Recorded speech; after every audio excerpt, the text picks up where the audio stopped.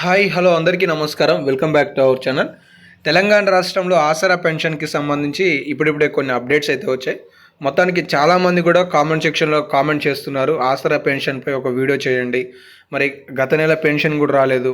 అలాగే 4,000 రూపాయల కొత్త పెన్షను, 6,000 రూపాయల కొత్త పెన్షన్ని ఎప్పుడు పెంపు చేస్తారు, వీటితో పాటుగా మా బంధువులలో కూడా చాలామందికి ఇంకా పెన్షన్లు శాంక్షన్ కాక ఒంటరి మహిళలు, వృద్ధులు ఎదురు చూస్తున్నారు. వాళ్ళకు కూడా ఎప్పుడు పెన్షన్లు ప్రారంభించడానికి అవకాశాలు ఉన్నాయని చెప్పేసి కూడా కామెంట్ చేస్తున్నారు. ఈ వీడియోలో మీకు మొత్తం పూర్తిస్థాయి సమాచారం అయితే అందించే ప్రయత్నం చేస్తాను.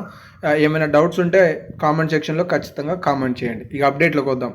తెలంగాణ రాష్ట్రంలో కేసీఆర్ గారి పాలన ఉన్నప్పుడు 2,016 రూపాయలు అనేవి ఇచ్చారు.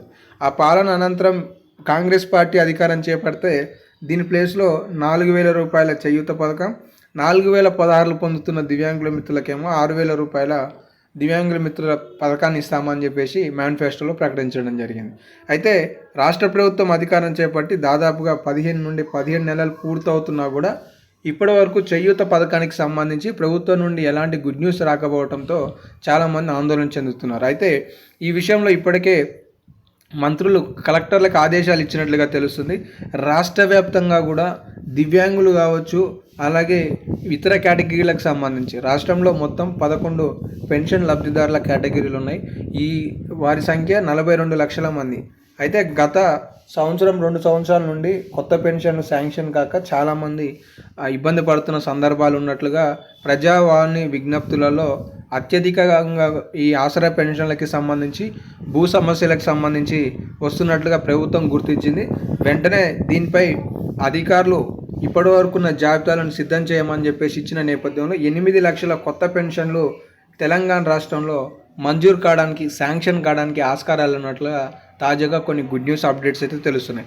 మరి ఈ పెన్షన్లను ప్రభుత్వం ఎప్పుడు మంజూరు చేయబోతుంది ఏంటి అనే విషయాలు మాట్లాడుకుంటే మీరు ఇక్కడ ఖచ్చితంగా చాలా లోతైన పరిశీలన చేయాలి.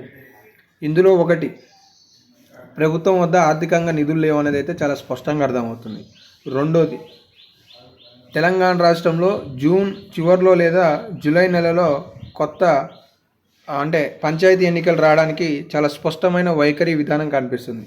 మూడోది ఏంటిదంటే, తెలంగాణ రాష్ట్రంలో ఆసరా పెన్షన్లు కాదు కదా, రైతు భరోసాకి సంబంధించిన నిధులనే వేయడానికి నిధులు లేవు అనేది అర్థమవుతుంది. ఇక 4వ పథకం రాజీవ్ యువ వికాసం 8,000 కోట్ల రూపాయలతో ఈ పథకాన్ని జూన్ 2వ తారీఖు నాడు ప్రారంభిస్తామని చెప్పి ఇప్పటి వరకు ప్రారంభించలేదు. సో ఈ పథకాన్ని కూడా ప్రభుత్వం ఆలస్యం చేస్తుంది. ఈ పథకాన్ని ప్రారంభిస్తే ఆసరా పెన్షన్లు అనేవి ఖచ్చితంగా మరికొద్ది నెలలు ఆలస్యమయ్యే అవకాశాలు ఉన్నట్లుగా అయితే సమాచారాలు అర్థమవుతున్నాయి. సో ఎవరైతే తెలంగాణ రాష్ట్రంలో కొత్త పెన్షన్లు ఎప్పుడు పెంపు చేస్తారనే ప్రశ్న అడిగి ఉంటారో వాళ్ళకి ఆ యొక్క అప్డేట్ తెలిసి అర్థమైందని అయితే భావిస్తున్నాను. ఇంకొక అప్డేట్ ఏంటి అంటే, తెలంగాణ రాష్ట్రంలో కొత్త పెన్షన్ల శాంక్షన్కి సంబంధించి కూడా ప్రభుత్వం ప్రస్తుతం పూర్తిస్థాయి జాబితాలను అధికారుల నుండి నివేదిక పొందిన వెంటనే వాటిపై పరిశీలన చేసి ఉన్నత సమీక్ష సమావేశాలలో నిర్ణయం తీసుకునే అవకాశాలు ఉన్నాయి. ఆ నిర్ణయం కూడా ఇంకా ఆలస్యం పట్టే అవకాశాలు ఉన్నట్లుగా ప్రస్తుత పరిస్థితులపై విశ్లేషణ చేస్తే భిన్నాభిప్రాయాలు వ్యక్తమవుతున్నాయని నిపుణులు అయితే చెప్తున్నారు.